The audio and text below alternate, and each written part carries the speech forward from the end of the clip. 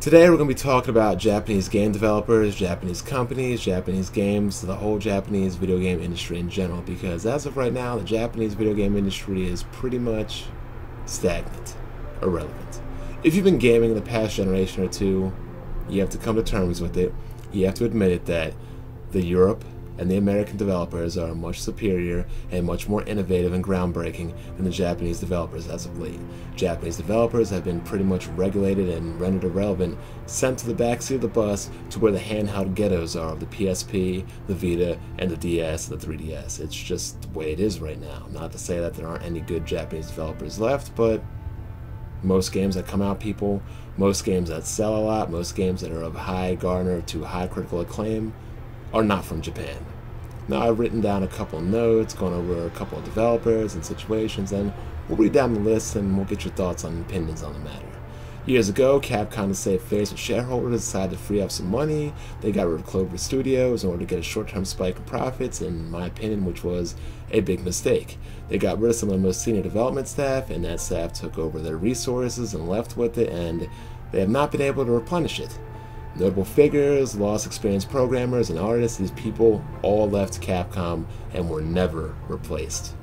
You have developers like Kenji Inafune, creator of Mega Man. He left, he's making Mighty No. 9. You have Koji Igarashi from Konami. He left and he was making Castlevania. Now he wants to work on a Metroid game. You have Hironobu Sakaguichi. He was working with Square Enix, and you've seen how bad Square Enix has been lately with Endless Hallway 13 and its 2 sequels. Shinji Mikami, responsible for the Resident Evil series. He left, and look at Resident Evil 5 and Resident Evil 6. He's currently working on The Evil Within. You have Sakaguichi Toyama, creator of the Silent Hill series. He left to make Siren, and look where the Silent Hill series is right now. It's pretty much dead.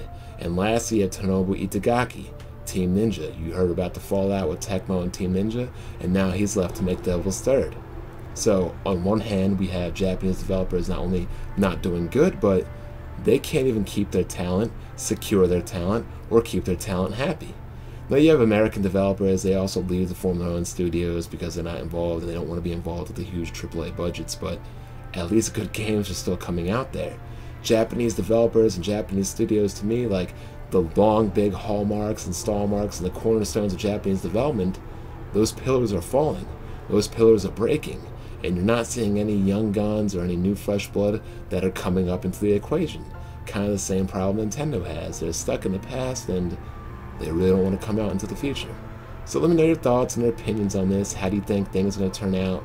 How do you think things are going to change? Do you think this generation of consoles and gaming will be another generation that's going to be dominated by Western developers? Or do you think that Japanese developers will make a big comeback and show the American and Western developers how it's done? Let me know.